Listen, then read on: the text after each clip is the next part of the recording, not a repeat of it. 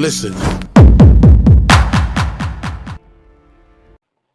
But you see them walking down, taking up the sidewalk, acting like they can whip everybody. Sure, they can whip somebody who looks just like them, because that's permitted. Permitted by whom? The white supremacists. They don't care. Kill everybody in the neighborhood. So what? There's another black neighborhood gone. There's another one down the street, ready to go. What's the big deal?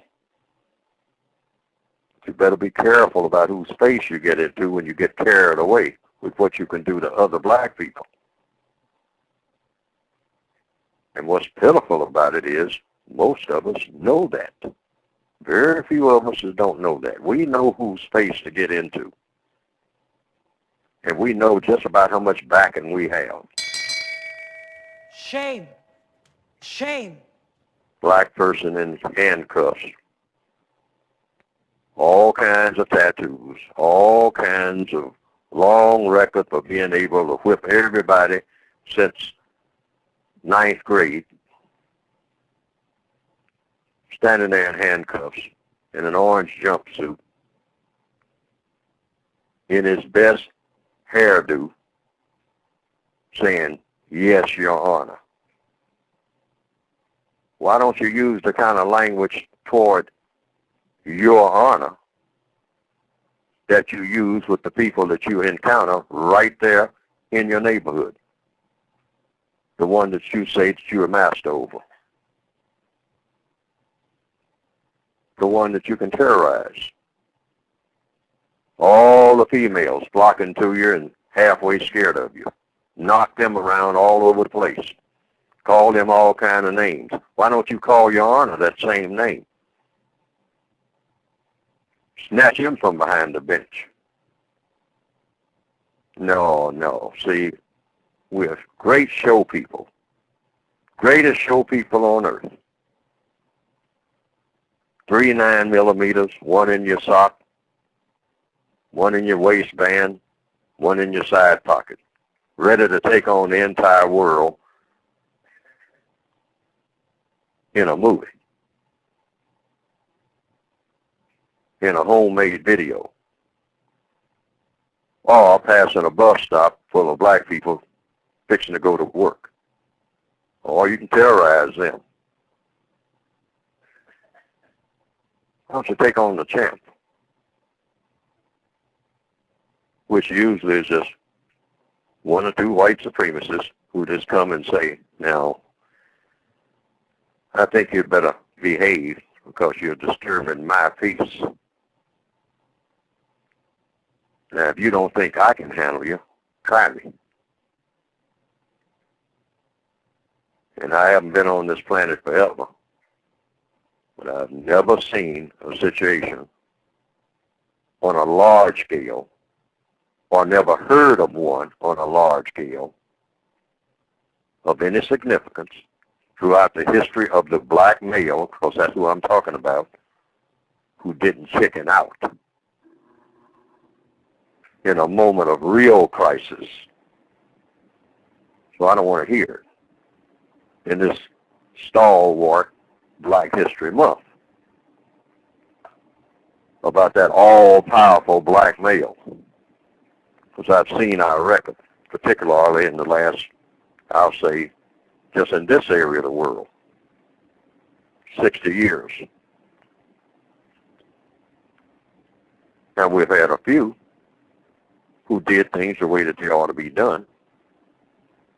They protested in the street. They carried signs. They talked about non-justice.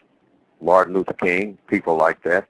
Fannie Lou Hamer, as a black female, backing up black males who got out there and tried to do something that made sense, rather than just terrorize the neighbors. And that's doing what we're supposed to do from the weak position that we have. Only time we show all this bravery It's when we are mistreating other victims of racism.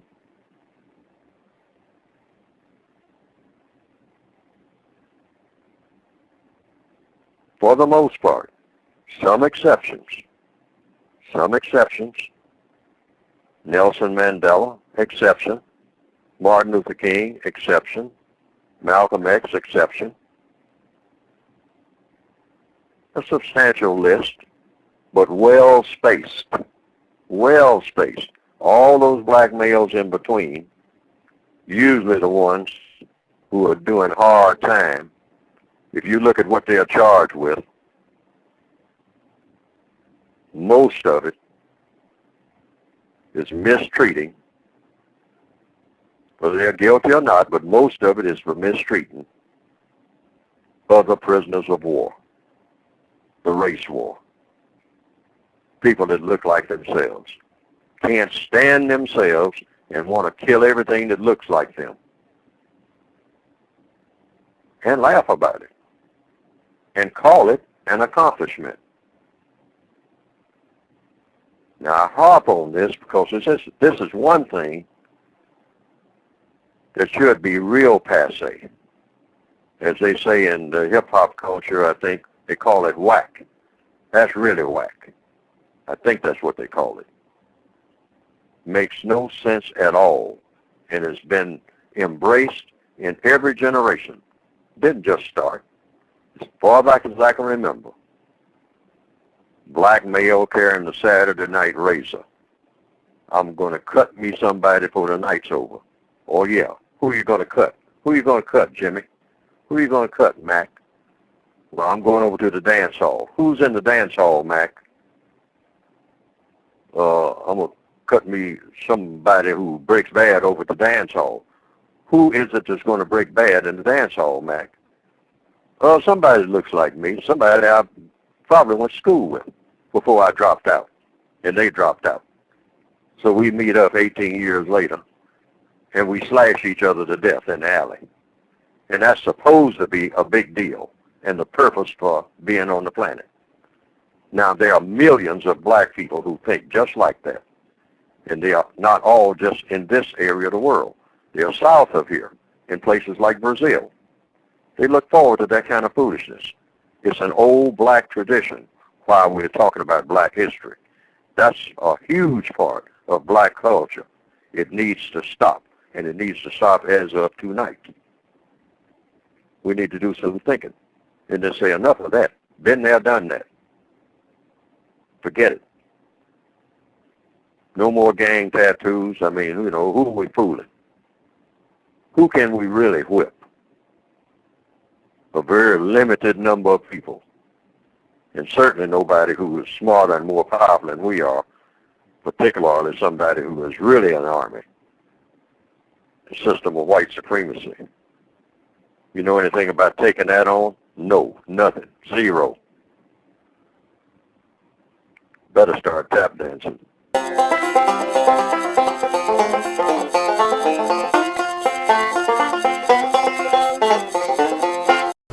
Now, some people have said they've seen some cartoons of my work on the internet that have been presented, and that it pretty well embellishes what I have been trying to say in my textbooks. And to the extent that it does that, well, that has been, from what I understand, some people reported to me, a plus.